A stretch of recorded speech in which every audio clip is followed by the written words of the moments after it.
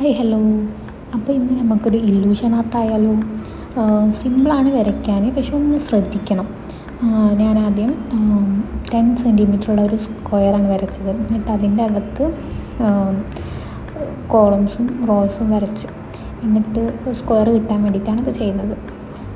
എന്നിട്ട് സ്ക്വയറിൻ്റെ അകത്ത് വീണ്ടും സ്ക്വയറുകൾ വരച്ച് ഒന്നിടവിട്ട് ഞാൻ അതിന് ജസ്റ്റ് ഒന്ന് പകുതി മാത്രമേ ഷെയ്ഡ് ചെയ്യുന്നുള്ളൂ. അത് മനസ്സിലാവും. പകുതി വേറെ കള്ളിയിലും അതുപോലെ പകുതി വേറെ കള്ളിയിലുമാണ് ഷെയ്ഡ് ചെയ്യുന്നത്. അപ്പോഴാണ് നമുക്കൊരു ഇല്യൂഷൻ കിട്ടാൻ വേണ്ടിയിട്ടാണ് അങ്ങനെ ചെയ്തിട്ടുള്ളത്.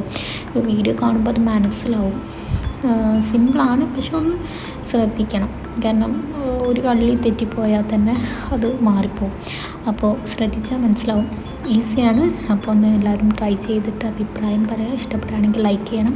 പിന്നെ സബ്സ്ക്രൈബ് ചെയ്യാതെ കാണുന്നവർ ഒന്ന് സബ്സ്ക്രൈബും കൂടെ ചെയ്ത് സപ്പോർട്ട് ചെയ്യണം. ഇതാണ് ഇതിൻ്റെ ഫൈനൽ ഔട്ട് എന്ന് പറയുന്നത്.